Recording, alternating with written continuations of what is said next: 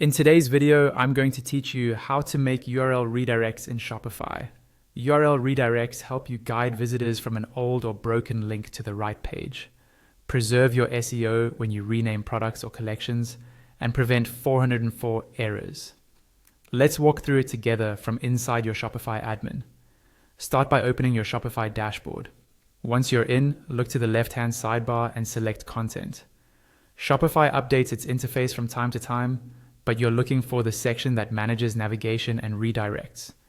If you don't see it immediately, use the admin search bar to look for content. Inside content, choose menus. This is where your store's navigation lives, and it's also where Shopify places the tool for redirects. Next, click URL redirects.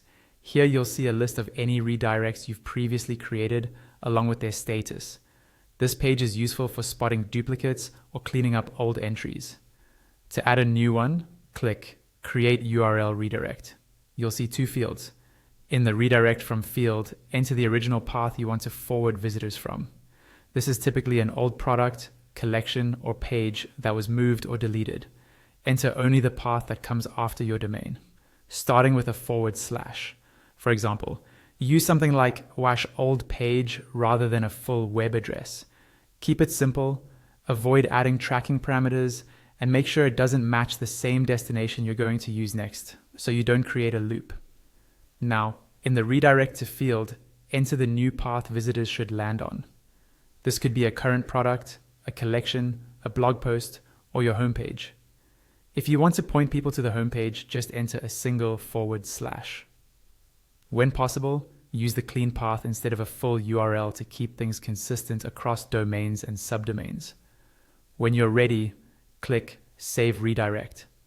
Shopify applies this as a permanent redirect, which helps search engines transfer ranking signals from the old URL to the new one.